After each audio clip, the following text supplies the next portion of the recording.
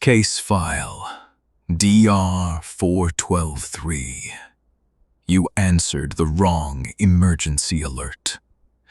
The first anomaly was not the corpse in the road. It was the fact that every radio in town apologized before anyone found it. The Twilight Registry opened this file after 3 separate emergency calls arrived from Bellwether County at exactly 3:17 in the morning. None of the callers knew each other. None lived on the same road. All 3 said the same sentence before the line went dead. It is wearing the town correctly now. This reconstruction combines witness statements, weather service audio, recovered police dictation, and a final handwritten note found inside the county records vault. Names of living witnesses have been withheld. The town, however, is still on the map. This file is written in second person because every surviving witness insisted the alert addressed them personally, including people whose phones had no service, battery, or screen. Deputy Mara Venn was the first official responder. Her cruiser camera shows Main Street under a dry summer moon, all storefront glass reflecting a version of the street with more buildings than existed there. In the reflection, Bellwether had a theater, a funeral home, and a schoolhouse with smoke breathing from its bell tower. In the real street, there was only the pharmacy, the feed store, and 6 dark windows above the laundromat. At 3:22, the radio in Mara's cruiser clicked on. The dispatcher's voice said, "I'm sorry, Mara." The dispatcher later swore she had not spoken. The log confirms her microphone was muted. On the recording, the apology continues for 21 seconds, layered with other voices from other years, all apologizing in the same exhausted tone. Mara stopped beside the body at mile marker 9. It was shaped like a man until the headlights touched it. Then the shape flattened, folding itself into the asphalt as if trying to become a stain. The face remained raised from the road, blinking in the dust. It had no mouth. The words came from the cruiser speakers. "I learned your map," it said. By dawn, Bellwether's residents discovered small corrections everywhere. Family photographs contained extra relatives. Mailboxes bore names that had never belonged to anyone. The church bulletin announced services for last Sunday and next Sunday at the same time.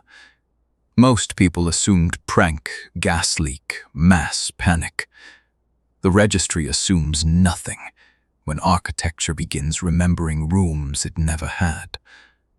The second anomaly appeared inside the diner.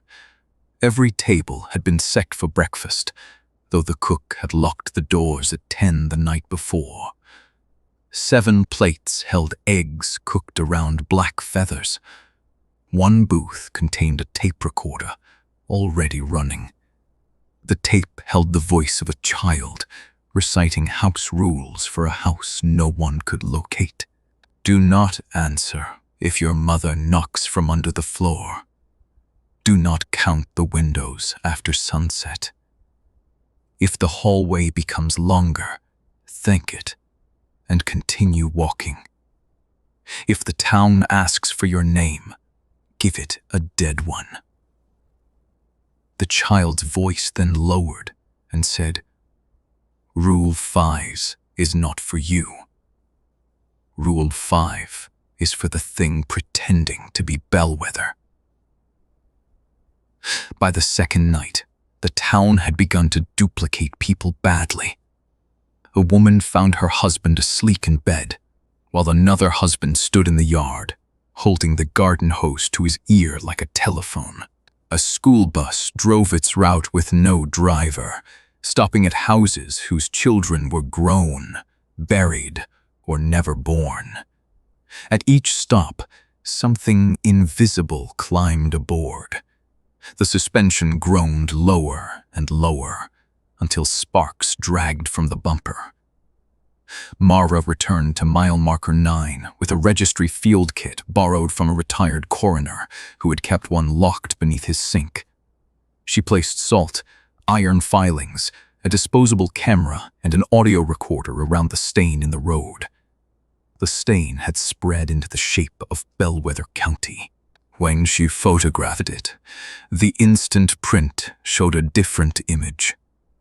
Mara, as a child, standing in front of a house she did not recognize. Behind her, in the upstairs window, an adult Mara watched, with both hands pressed to the glass. The recovered recorder captured her breathing. Then, the sound of distant applause. Mara asked, "What do you want?" The road answered through the radios of 12 parked cars across town. A witness. The registry believes the entity did not kill Bellwether. It edited Bellwether. It inserted itself into old grief, small regrets, missing pets, locked rooms. It did not need belief. It needed continuity.